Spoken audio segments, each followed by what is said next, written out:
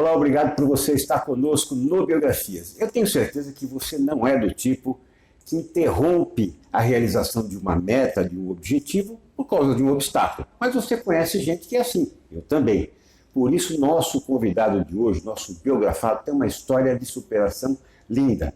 Não vou contar todo o contexto dessa superação, mas uma passagem. O avô dele, depois que alguém disse algumas frases, né, que desmotivaram essa pessoa, falou o seguinte: olha, esse sujeito pode entender muito de medicina, que é a área dele, mas de ser humano não entende nada. Siga em frente com o seu objetivo. E ele então criou um lema de vida. Sabe o que ele fez? Tirou o não do dicionário, ou seja, para ele o não inexiste dentro da trajetória dele. Tudo que ele faz, ele vai até o final. Nosso convidado é o Dr. Antônio Luiz Macedo, médico, cirurgião, gastroenterologista, uma das maiores sumidades nessa área no Brasil e no mundo. Espero que você goste.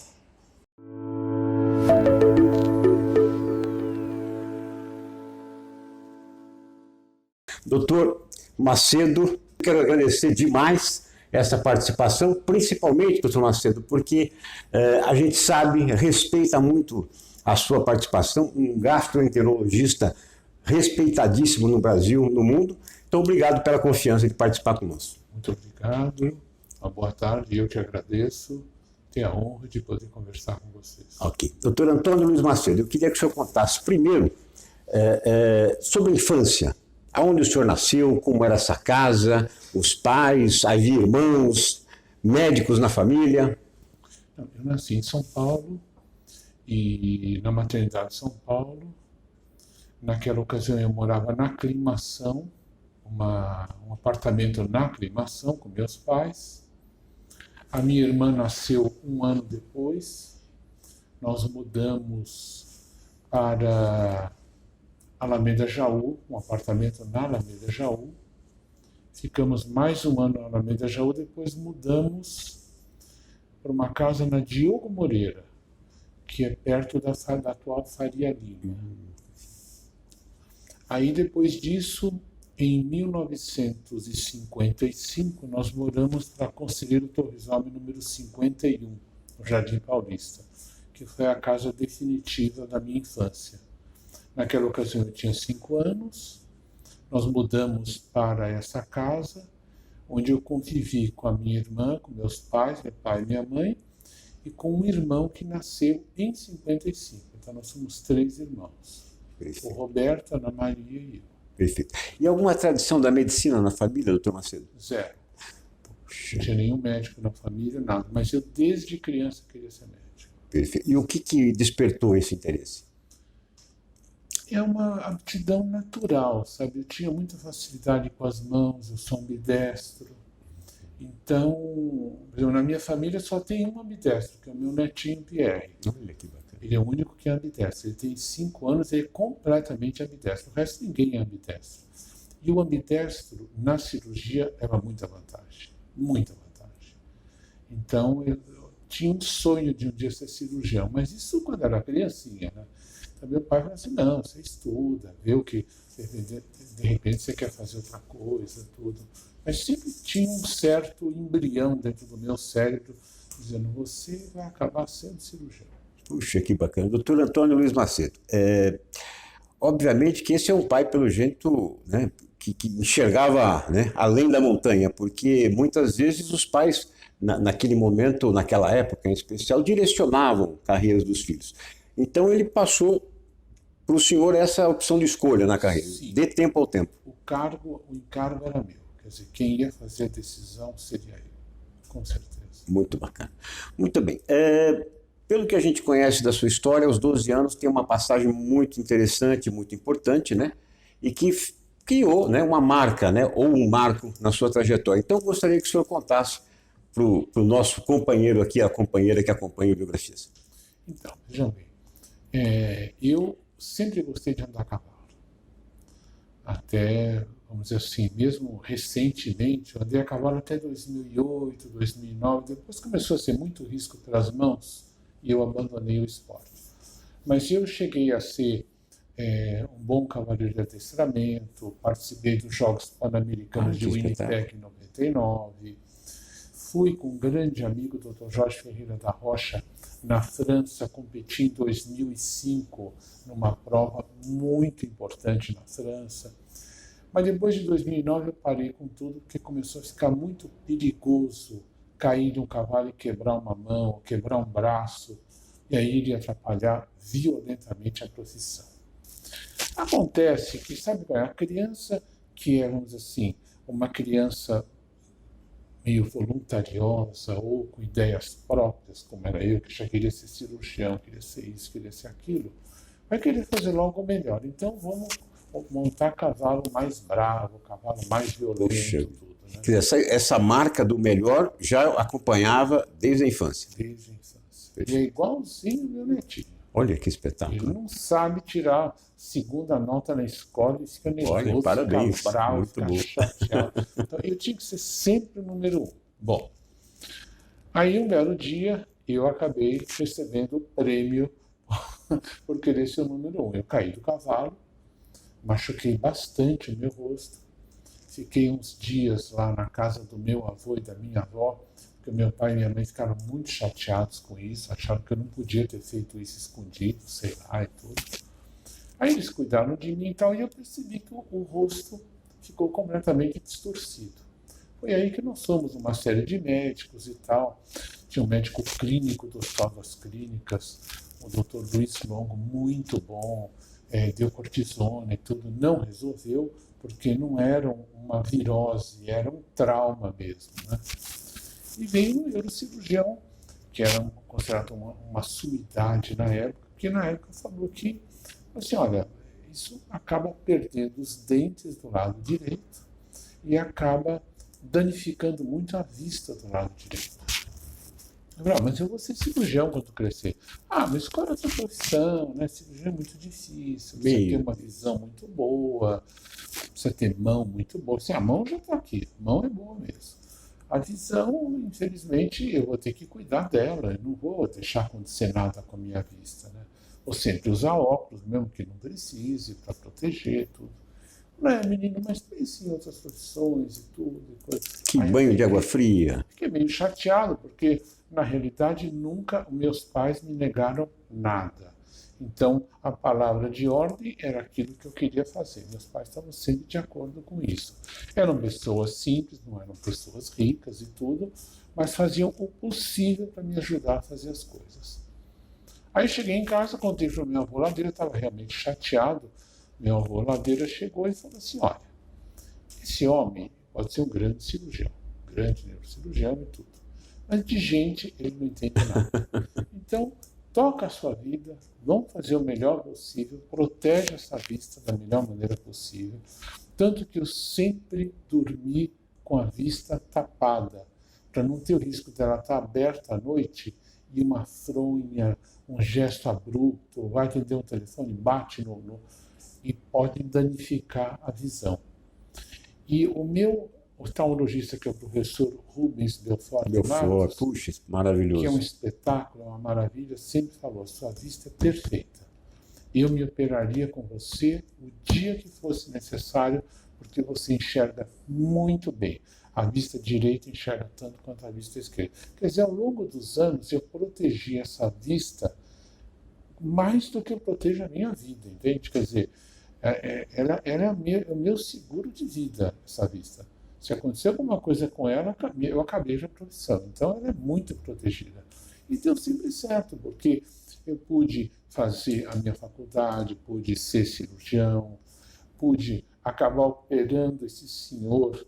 Anos depois, eu estava de plantão, era uma véspera de Natal, ele tinha que ser operado da vesícula. E eu operei a vesícula dele. Este médico? Esse médico. Ele teve um problema grave na cabeça, coitado. E ele estava internado no Hospital das Clínicas e teve um problema agudo na vesícula. E teve que ser operado de urgência, na véspera de Natal. Aí eu operei, um professor me ajudou a cirurgia, aí outro professor chegou, logo depois da ceia, comentou e conversou, etc. E foi muito interessante que no dia seguinte ele falou, o que você tem no rosto, menino? Você tem algum problema no rosto? Eu falei, tenho, doutor, eu tenho uma paralisia facial. Aí ele falou assim, Nossa, que coisa. Falei, mas o senhor me viu há 13 anos atrás, professor. Nossa, não diga. O que eu falei para você naquela época? Para não ser cirurgião. Eu tô assim, menino, a verdade é que a gente às vezes fala umas bobagens e tudo. Mesmo os grandes médicos, às vezes, cometem certas indiscrições, certas indelicadezas e tudo. Mas eu sei que você já perdoou, né? Claro, professor, está perdoado, como você imagina e tal. Aí eu fiquei muito amigo dele. Enquanto ele viveu, eu ia visitá-lo quase todo dia.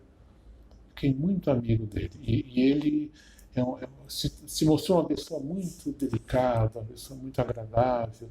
E foi um momento lá, sem dúvida. Entrar no momento de a humildade da minha culpa, né, de reconhecer isso, sem dúvida. Mas também, então, assim, às vezes a gente precisa de um não, né?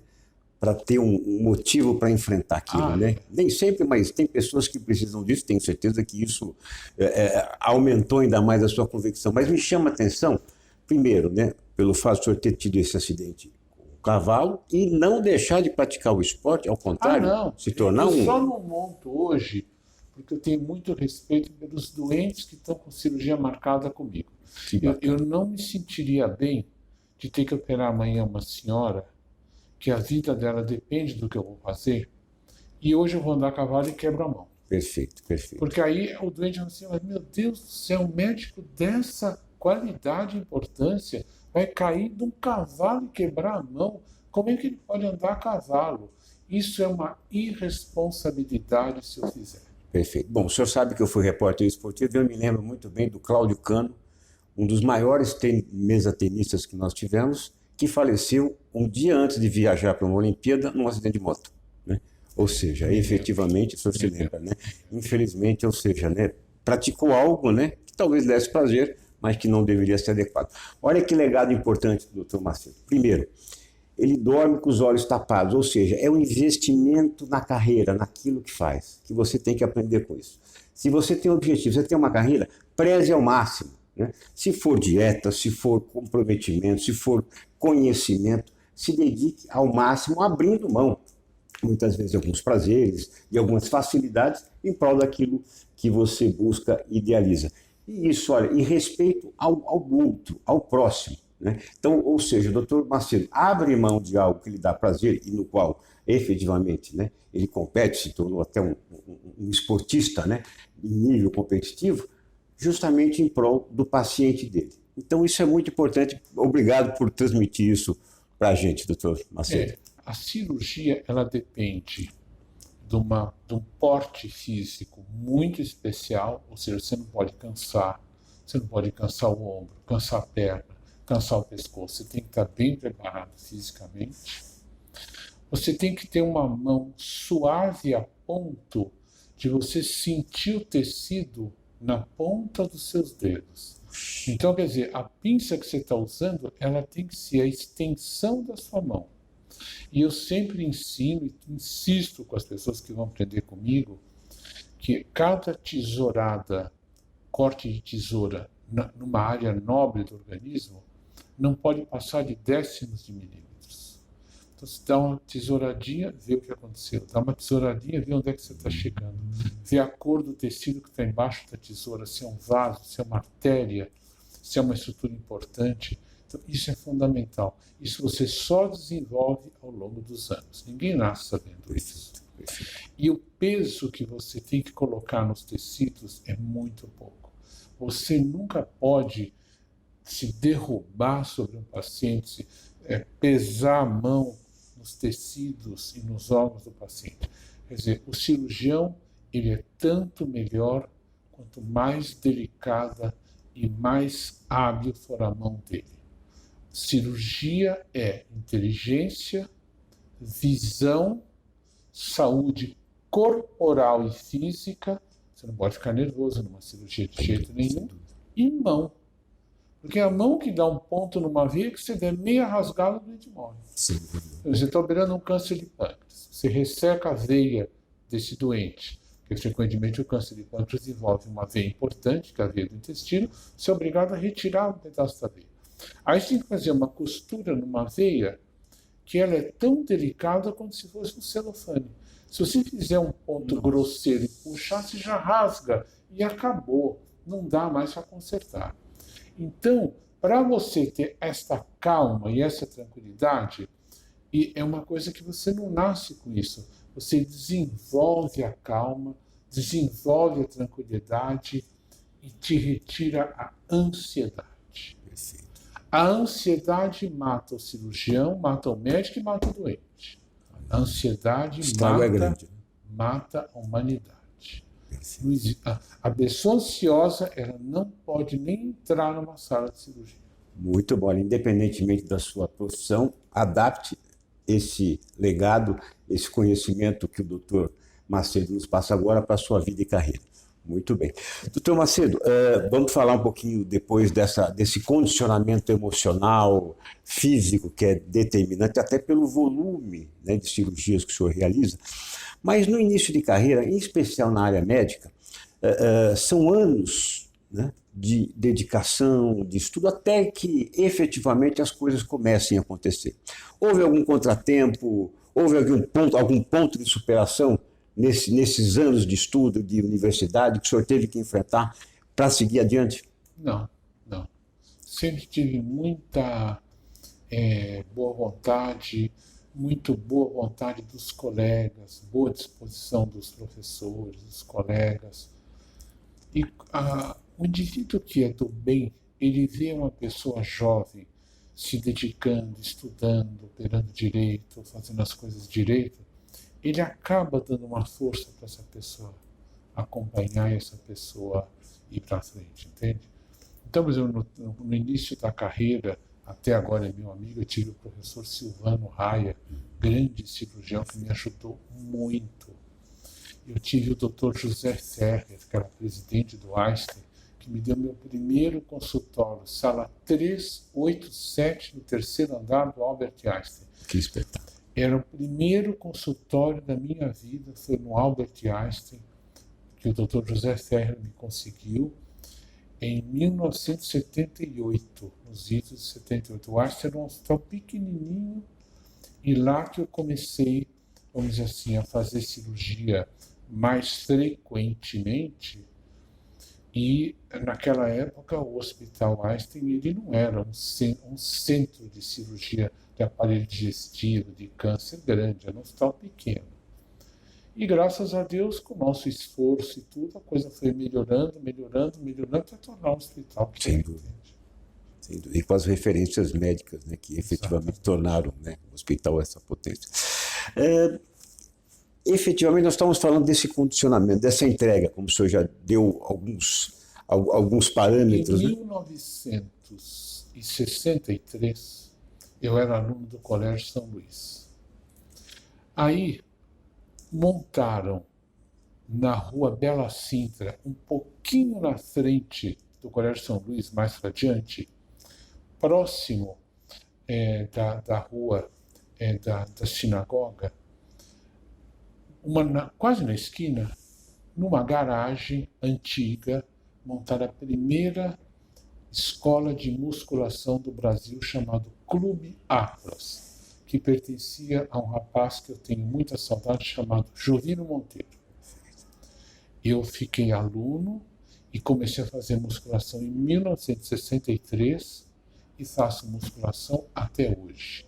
Hoje não mais academia, que infelizmente eu não tenho tempo de academia, mas eu faço no porão da minha casa, que os meus amigos brincam que lá é o porão dos horrores, que é o porão onde a criança chora e a mãe não escuta, entende? Mas é tudo brincadeira. Então, a musculação me ajudou tremendamente. Pelo pouco que eu pesquisei, né, e conheci um pouco da sua trajetória, o senhor estudou a melhor forma, né, de praticar os esportes, né, e a nutrição sem machucar. Como é que foi isso? Que tipo de rotina o senhor alimentar e física o senhor mantém?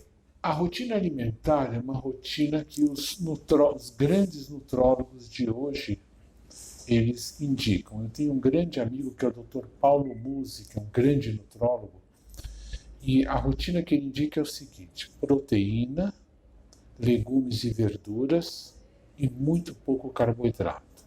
Então, praticamente eu não como açúcar, não como massa, tá certo? Então, a rotina é proteína, legumes, verduras e frutas. Pouca fruta, porque a fruta é muito rica em açúcar. Então, essa é a minha dieta. Essa dieta me dá muito condicionamento físico, muita disposição para trabalhar, porque o açúcar deixa você meio mole, a massa deixa você meio mole, tudo. E o cirurgião não pode ficar mole, tem que ficar aceso, entende? Então, para mim, essa dieta, para mim, que sou cirurgião, é uma dieta muito boa. E fora isso, eu faço de musculação de 20 a 30 minutos por dia, não mais que isso. Porque eu não posso ficar com aquela mão trêmula no dia seguinte. Se eu fizer muito, como eu faço às vezes nas férias, o dia seguinte a mão não fica como eu gosto, ela fica meio trêmula. Entende? Então eu nem pego muito peso e nem faço muito tempo, para a mão não ficar trêmula. E a minha mão, graças a Deus, se olhar, ela não treme absolutamente nada. E eu sei disso, porque como eu uso lupa, se tiver um meio tremor, eu estou sabendo que está tremendo. E realmente ela não treme absolutamente nada. E isso vem desde criancinha que eu estudo isso, entende? Perfeito. E é importante porque você passa ponto em algumas áreas do organismo que se der meia tremida e der uma rasgada numa veia, você e o cliente estão perdidos. Perfeito. Quer dizer, o senhor vive intensamente a carreira, a profissão. Eu sou médico profissional. Eu sou profissional de cirurgia. Muito bom, espetacular, muito bom. Dr. Macedo, efetivamente, o senhor realiza várias cirurgias diariamente, né? Então a gente tem o café da manhã, o almoço, né, o lanche da tarde e o jantar. O senhor entra em cirurgias de 6 horas, de mais de 9 horas e não tem, acredito, como manter esses hábitos, né? Quantas cirurgias o senhor pratica diariamente e como é que o senhor consegue fisicamente, né, estar apto a suportar longas horas de... Bom, eu vou dar o exemplo da Redditor. Eu mudei para a Redditor no princípio de julho. Certo. Há 2 semanas atrás eles fizeram uma festa da 100ª cirurgia que eu fiz na Redditor. Isso aí explica para o senhor o meu movimento cirúrgico, entende? Quer dizer, 2 meses e pouco... Sem cirurgias. Sem cirurgias. Espetacular. Já fizemos isso. Eu comecei a fazer cirurgia robótica em 2009. Eu fiquei em 2008 treinando em caixa preta, costurando pele de uva, essas coisas em caixa preta. Depois, em 2009, nós começamos a cirurgia robótica. Então, esse ano é o nosso 10º ano de cirurgia robótica. Nós fazemos grande parte de alguns tipos. Por exemplo, cirurgia de câncer gástrico é tudo robótico, cirurgia de câncer de esôfago é tudo robótico. Algumas cirurgias de tumores de pâncreas são robóticas, algumas cirurgias de tumores de fígado são robóticas, muitas são abertas, entende? Muitas são por laparoscopia. Então a gente não tem assim uma servidão, a gente não é escravo de um método. A gente escolhe para cada paciente o melhor método a ser utilizado, o mais seguro, que vai dar melhor resultado. Melhor resultado. Outro dia até acompanhava, né, o Dr. Luiz Paulo Kowalski falando um pouco sobre a linha da cirurgia robótica, né? Ela veio realmente para substituir ou ela é complementar? Complementar.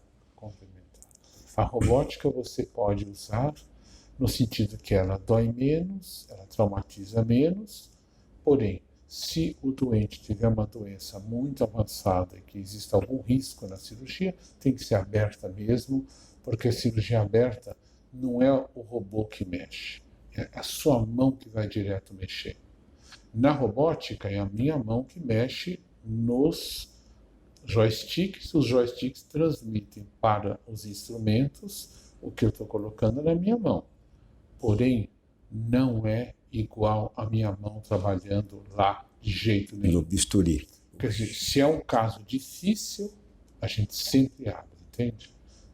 Se é um caso mais simples, que eu sei que vai dar tudo tranquilo, os tumores estão afastados dos grandes vasos e tudo, a gente faz tudo robótico e o resultado para o paciente é bom, sobretudo no que diz respeito à dor por não precisar abrir. Perfeito, perfeito. Mas tem que ser muito bem escolhido, senão o robô pode virar uma tragédia, entende? Perfeito, perfeito. Doutor Macedo, como o senhor citou, o senhor recentemente, né, aceitou um convite, né, para depois de algumas décadas, né, praticamente 40 anos, né, mais de 40, né, deixar o Einstein, né, onde o senhor se notabilizou, para agora, né, ser um integrante de um grupo, do grupo DOR, né? Aliás, conheço particularmente, né, o senhor Jorge Moll, né, porque ele atendia muito um dos meus biografados, Dr. João Uchoa do Rio, fundador da Universidade Estácio de Sá. Passando um pouco, né, desse momento para quem está assistindo, o momento da mudança, né, de abrir mão de algo seguro, né, e já construído, com grande segurança, por algo que é uma novidade, mas também, obviamente, nós sabemos, né, que hoje ninguém entra para brincar, não há mais espaço para amadores, né, no mercado. Então, o que é que tem que pesar na hora de aceitar uma mudança na vida? Primeiro, você tem que ter segurança de que você será o mesmo cirurgião. Quer dizer, você não pode mudar o seu foco. Segundo, pode ter aumentado hoje, mas até ontem, anteontem, eles tinham 48 hospitais no Brasil inteiro. Só isso já coloca a dimensão desse grupo. Então, à medida que eu vim para cá, eu tenho operado casos que eu não operava no outro hospital. Então, por exemplo, o índice de tumores de fígado que eu tenho operado aqui é altíssimo. Porque aqui tornou-se, vamos dizer assim, um centro de excelência tão grande que os pacientes vêm para ser tratados aqui. Tem uma equipe oncológica espetacular, chefiada pelo professor Paulo Rossi. Eles têm um time de trabalho, uma orientação de trabalho do Dr. Jorge Moll, adquirindo hospitais, aprimorando esses hospitais, e os casos que são muito complexos, muito graves, acabam vindo para cá. Então, a gente opera uma casuística absurda de câncer de pâncreas, por exemplo. Quer dizer, o que eu operei em 2 meses de câncer de pâncreas aqui na Rede DOR, eu não operava em 1 ano no outro hospital. Em 2 meses eu operei. O que eu opero de tumores de fígado aqui na Rede DOR, eu não operava no outro hospital.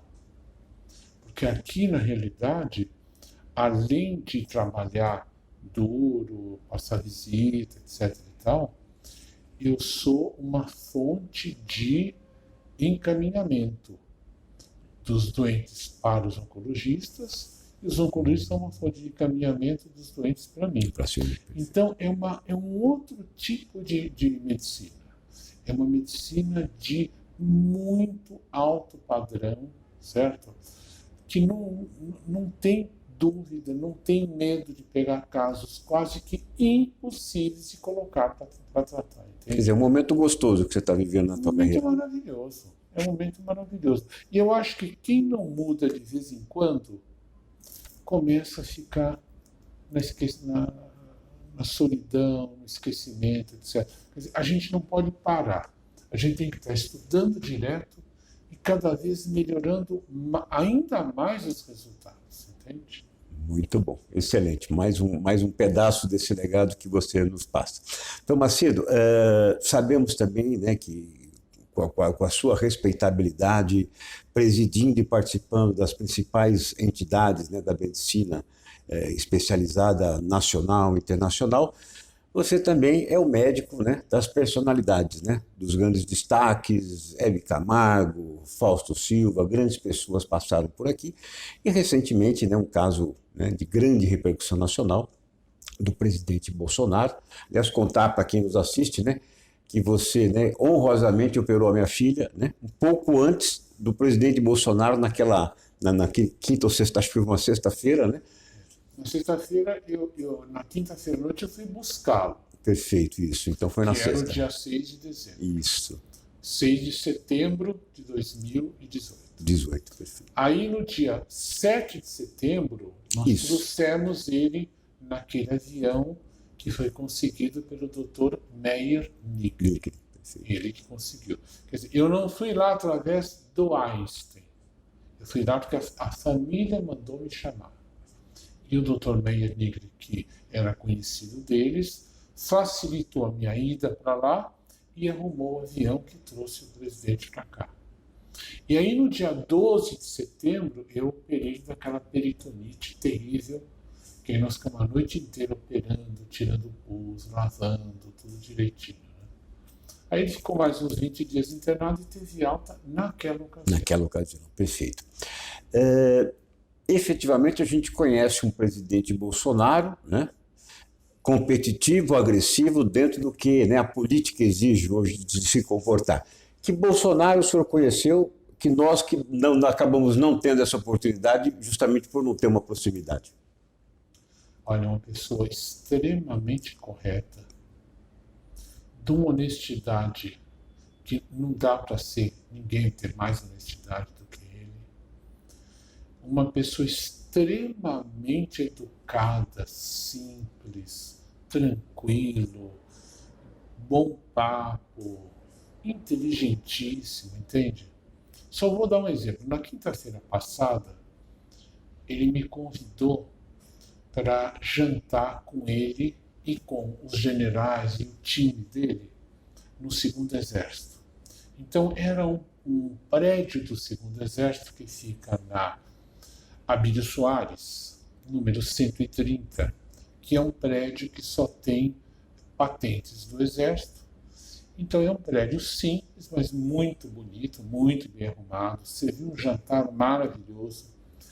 Aí ele me levou no quarto dele para poder examinar a nossa cirurgia, aquela cirurgia recente que eu havia feito nele no Vila Nova Star. Já no Vila Nova Star. E examinei, estava tudo muito bem e tal, e vi o quarto que ele estava dormindo.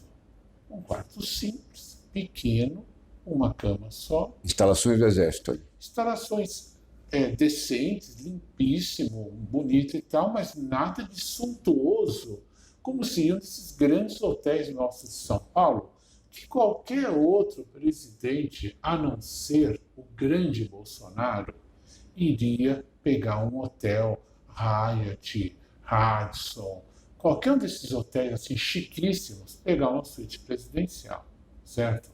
Nunca ficaria num quarto em que uma pessoa do Exército... É como se fosse um quarto mais simples de Exército mesmo.